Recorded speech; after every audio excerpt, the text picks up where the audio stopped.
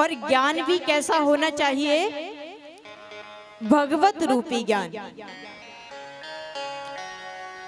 भगवत रूपी ज्ञान के प्रकाश से ही यह जगत प्रकाशित है। कहते हैं कि जगत प्रकाश्य प्रकाशक रामू, मायाधीश ज्ञान गुण थामू।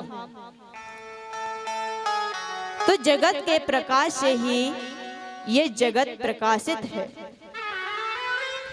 वह ज्ञान स्वरूप प्रकाश स्वरूप है और आनंद का अर्थ है परमानंद से। विश्वोत्पत्त्यादि हेतुवे का मतलब है कि वह जगत की उत्पत्ति आदि और पालन तथा प्रलय के हेतुवे यानी जो कारण है जिसके द्वारा जगत की उत्पत्ति पालन अर्थात प्रलय होता है, इसमें भगवान की क्रियाओं का वर्णन किया गया है। भगवान के कौन से कार्य हैं? प्रलय करना, उत्पत्ति करना और उसका पालन करना, ये भगवान के कार्य हैं। यहाँ पर ईश्वर की क्रियाओं का वर्णन किया गया है और ब्रह्मा विष्णु महेश उन्हीं के रूप हैं। तापत्रय विनाशाय माने जो तीनों ताप, देहिक और फोड़ा फुंसी, चर्म रोग आदि, जैसे कि दैविक दुर्घटना हो जाती है और किसी को सर्प या बिच्छू जहरीले सर्पदंश काट लेते हैं, उसी को कहते हैं दैविक। और भौतिक जो कि भूत बाधाओं के द्वारा, बहुत से ऐसे लोग होते हैं जिन पर भूत बाधाएं आती हैं। भूत आते हैं तो वो नाचते हैं, खेलते हैं, तो उनको कहते हैं भौतिक। इन सभी को जो प्रभु विनाश करते हैं, ऐसे श्री कृष्ण को हम बारंबार नमन करते हैं। इसमें भगवान की क्रियाओं का वर्णन किया गया, भगवान के स्वरूपों का वर्णन किया गया। सच्चिदानंद विनाशाय, तो इन्हीं का अर्थ है सतचित और आनंद। आइए अब चलते हैं नारद भक्ति के संवाद की ओर। एकदा ही विशालाया चत्वारे शयोमला सत्संगा समायाता ददृशो तत्र नारदम। तो एक समय विशालपुरी माने बद्री विशाल में चारों सनकादिक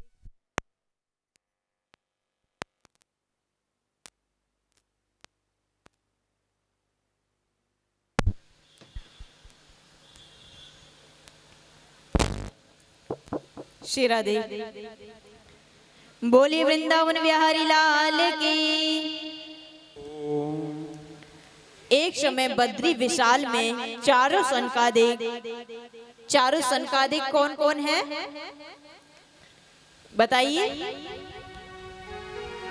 सनक, सनंदन, सनातन और सनत कुमार, ये चार सनकादिक हैं।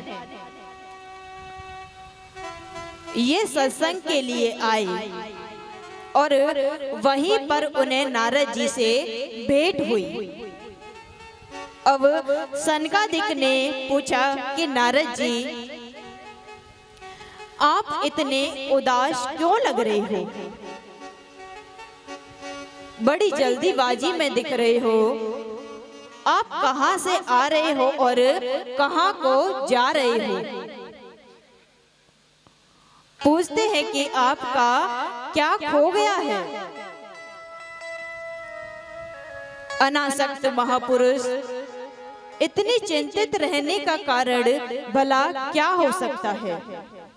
बताओ कि आप इतने चिंतित में क्यों लग रहे हो? इस पर नारद जी ने कहा कि मैं पृथ्वी लोक में गया, वहां पुष्कर, प्रयाग, काशी, गोदावरी, हरि क्षेत्र, कुरुक्षेत्र आदि सभी तीर्थों में मैं घूमा, लेकिन मुझे कहीं पर भी शांति नहीं मिली, क्योंकि अधर्म का मित्र कलयुग पृथ्वी पर अपना प्रभाव जमा लिया है और लोगों में न सत्य है, न दया है, न दान है और न ही सोच है। अच्छा, आप जानते हैं कि सोच किसे कहते हैं? सोच के भी दो अर्थ होते हैं। अब मैया मुस्कुरा गई कि कौन सी सोच? अच्छा, मैं वो वाली सोच की नहीं बात कर रही। सोच के भी दो अर्थ होते हैं। सोच का अर्थ होता है पवित्रता।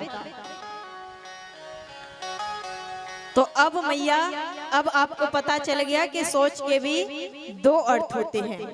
पवित्रता कहते हैं कि कलयुग के लोगों में न दया है, न दान है, न धर्म है और न ही सोच है। कलयुग के लोग बड़े मंदभागी हैं। मंदा सुमंद मंद्यो मंद भाग्य युपत्रता। लोग बड़े मंदभागी हैं, अपना पेट केवल भरना जानते हैं और उनके माता पिता भी बालक को पेट भरने का धंधा सिखाते हैं। कोई भी माता पिता अपने बालक को भगवत भक्ति का मार्ग नहीं सिखाते। एक चौपाई में भी कहा गया है कि मात पिता बाल कन्ने बुलावई, उदर भरे सोई धर्म सिखावई। तो माता पिता भी अपने बालक को पेट भरने का धंधा सिखाते हैं। इसीलिए कलयुग सभी साधनों को ग्रसित कर लिया है।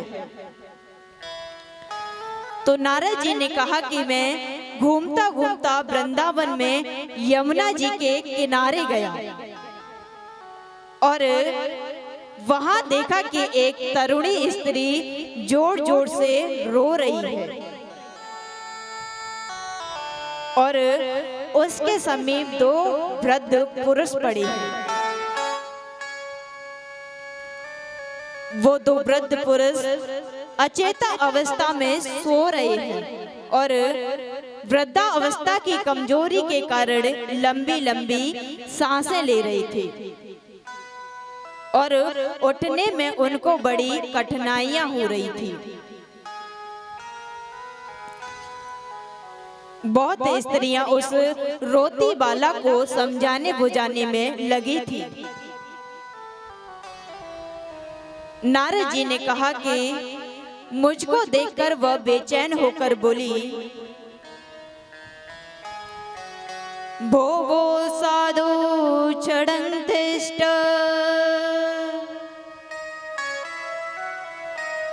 मच्चिंता मपि नाश दर्शनं तव लोकस्य सर्वदा गहरं परम। नारद जी कहते हैं कि बेचैन होकर मुझसे वह बोली कि हे संत, थोड़ी देर रुक जाओ, क्योंकि आप जगत की चिंता दूर करने के लिए इस पृथ्वी पर विचरण करते हैं। इसीलिए मेरी चिंता को भी आप दूर करिए। संत का दर्शन जगत के लिए सर्वदा पापों को हरण करने वाला होता है। इसीलिए आप मेरे पापों को भी दूर करिए। इस पर उस रोती बाला ने बताया कि मेरा नाम भक्ति है और ये दोनों ज्ञान और वैराग्य ये मेरे पुत्र हैं और ये सेवा करती हुई देवियां गंगा आदि पवित्र नदियां हैं। भगवान आप दया के सागर हैं। बताओ मैं युवती और ये दोनों मेरे पुत्र वृद्ध कैसे हो गए? भक्ति कहती है कि मैं द्रविड़ देश में पैदा हुई, अर्थात जो हृदय द्रवित रोमांच हृदय यानी भगवत कथा सुनकर द्रवीभूत हो जाता है, वही भक्ति महारानी उत्पन्न होती है। भगवत कथा के श्रवण से भक्ति महारानी उत्पन्न होती है और कर्नाटक में मैं बड़ी हुई।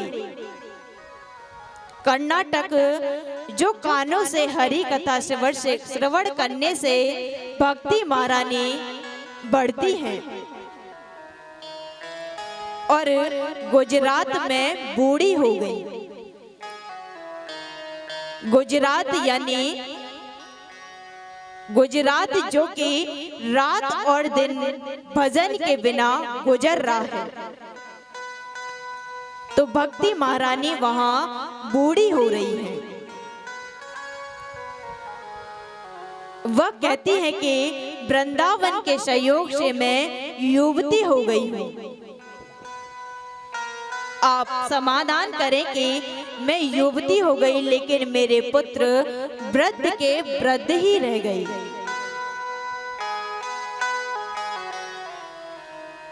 इसीलिए मैं पुत्र की चिंता में रो रही हूं। अब उन्होंने ऐसा क्यों कहा कि दक्षिण भारत में मेरा जन्म हुआ? क्योंकि उस समय दक्षिण भारत में बड़े बड़े संत हुआ करते थे। ऐसे संत जिन्होंने पूरी जिंदगी भक्ति के प्रचार और प्रसार में ही बिता दी और अंत समय जब आया तो वो भक्ति का प्रचार ही करते रहे। भक्ति कहती है कि कर्नाटक में मेरा परिपालन हुआ, जहां विचार आचार शुद्ध होते हैं वहां भक्ति महारानी बढ़ती है और गुजरात में भक्ति वृद्ध हो गई, क्योंकि उस समय गुजरात में बिल्कुल भी भक्ति नहीं थी। बिल्कुल भी भक्ति उस समय गुजरात में नहीं थी। इसीलिए उस समय में संस्कृत के जो पंडित हुआ करते थे, जो ज्ञानी पुरुष हुआ करते थे, उन्होंने भक्ति के विरोध में बड़े बड़े श्लोक लिख डाले। वहां के भक्त कहते थे कि एक श्लोक में आपको सुनाती हूं कि काष्ठ कंठी मृग तिलकी। वहां के संत कहते थे कि जो माला पहनते हैं, तिलक लगाते हैं, तुलसी की माला अपने हृदय पर धारण करते हैं और अपने मस्तक पर जो तिलक लगाते हो वो महापाखंडी के लक्षण होते हैं। कि काष्ठ कंठी मृग तिलकी पाखंडी ना संशय और मूर्खा नाम लक्षणं चेते है तप मुद्रो धरो मिता। कि जो माला पहनते हो, टीका लगाते हो, तप करते हो, भक्ति करते हो, यह सब मूर्खों के लक्षण हैं। उस समय ऐसे गुजरात के लोग मानते थे, लेकिन आज की बात की जाए तो आज तो गुजरात को भक्ति का मुकुट माना जाता है, क्योंकि गुजरात में बड़े बड़े संत हैं। बहुत बड़े बड़े संत अब गुजरात में पाए जाते हैं, लेकिन उस वक्त भक्ति वहां पर बिल्कुल भी नहीं थी। तो नारद जी कहते हैं, उसने मुझसे कहा कि लेकिन मैं वृंदावन में आकर मैंने अपनी यौवन अवस्था प्राप्त कर ली, पर मेरे पुत्र अभी तक वृद्ध हैं। इसी के लिए आप उपाय कीजिए। तो इस पर नारद जी कहते हैं कि मैंने बहुत कुछ किया, कई वेदों के, ग्रंथों के, उपनिषदों के श्लोक कहे, और मैं जब तक कहता तब तक तो वो चेतन अवस्था में रहते, होश में आ जाते, और जैसे ही मैं चुप हो जाता तो वो वापस से बेहोश हो जाते। इस पर मुझे कुछ समझ ही नहीं आ रहा था कि मैं क्या करूं। इस पर सनकादि ऋषियों ने कहा, तो आप श्रीमद् भागवत सप्ताह पारायण कराइए। सप्ताह पारायण यानी सप्ताह पारायण। मैया सो गई के जग रही हैं? अच्छा, जग रही हैं। सप्ताह पारायण किसे कहते हैं? अरे मैया जाए, आज आप सुन नहीं है बैठे सप्ताह पारायण के में। भागवत जी को ही सप्ताह पारायण कहते हैं, यानी 7 दिनों की कथा। सनकादि ऋषियों ने कहा कि श्रीमद् भागवत सप्ताह पारायण करिए। इस पर नारद जी ने कहा कि आप ही करिए। तो यहाँ पर कथा सनकादि ऋषि आरंभ करते हैं। अब सनकादि ऋषि पहले दिन की कथा सुनाते हैं, दूसरे दिन की कथा सुनाते हैं, तीसरे दिन की कथा सुनाते हैं, और चौथे दिन की कथा सुनाते हैं, पांचवें दिन की कथा सुनाते हैं, छठे दिन की कथा सुनाते हैं, और जैसे ही 7वें दिन की कथा होती है, वहां पर साक्षात परम पिता परमेश्वर भगवान विष्णु प्रकट होते हैं। बोलिए विष्णु भगवान की।